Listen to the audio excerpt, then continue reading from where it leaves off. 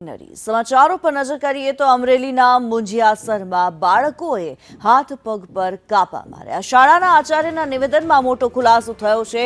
બાળકો બ્લેડથી કાપા મારવાની રમત રમતા હોવાનો દાવો કરવામાં આવ્યો છે। બ્લેડથી કાપો મારે તો 10 રૂપિયા અપાતા હતા તેવું આચાર્યએ નિવેદન આપ્યું છે। બ્લેડથી કાપો ન મારે તો સામે રૂપિયા 5 આપતા। આના સિવાય વિદ્યાર્થીઓએ કશું નથી બોલતા તેવું આચાર્યએ જણાવ્યું છે। વર્ગખંડની અંદર કોઈ ઘટના નથી ઘટી તેવું પણ આચાર્ય કહી રહ્યા છે।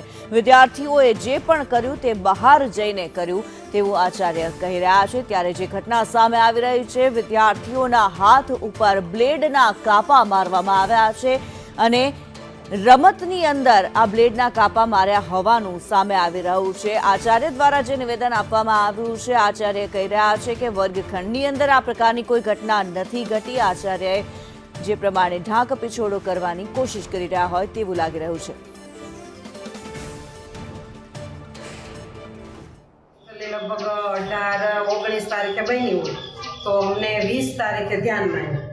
ત્યારે અમે પછી તરત જ જે વાલીઓને બોલાવવાના થતા હતા, જે છોકરાઓના હાથમાં બ્લેડો મારી હતી, એટલે અમે તરત ગ્રુપમાં એના ગ્રુપ બનાવેલા હોય ધોરણ વાઇઝ, એમાં મેસેજ નાખ્યો અને વાલીની બીજે દિવસે 21 તારીખે મીટિંગ બોલાવી અને એ મીટિંગમાં આ બધી ચર્ચા કરી કે આ કારણથી આ બધું બને છે એમ।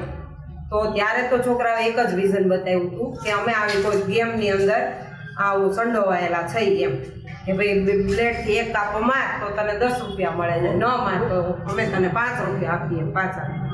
એટલે આવી રીતના અમારા જાણમાં એક જ કારણ આવ્યું હતું, બીજું કાંઈ છોકરાઓ બોલ્યા નથી। વર્ગની અંદર પાછા નથી કર્યું, બહાર નીકળીને એને કર્યું છે। એટલે હવે એમાં અમે તે અમારા ધ્યાન બહાર વયું ગયું હોય, બહાર નીકળીને કોઈ વોશરૂમ ગયું હોય, કોઈ નાસ્તો પાણી કરવા નીકળવું હોય, ત્યારે કાંઈ બન્યું હોય તો અમે ત્યારે તેની સાથે સાથે ન હોય।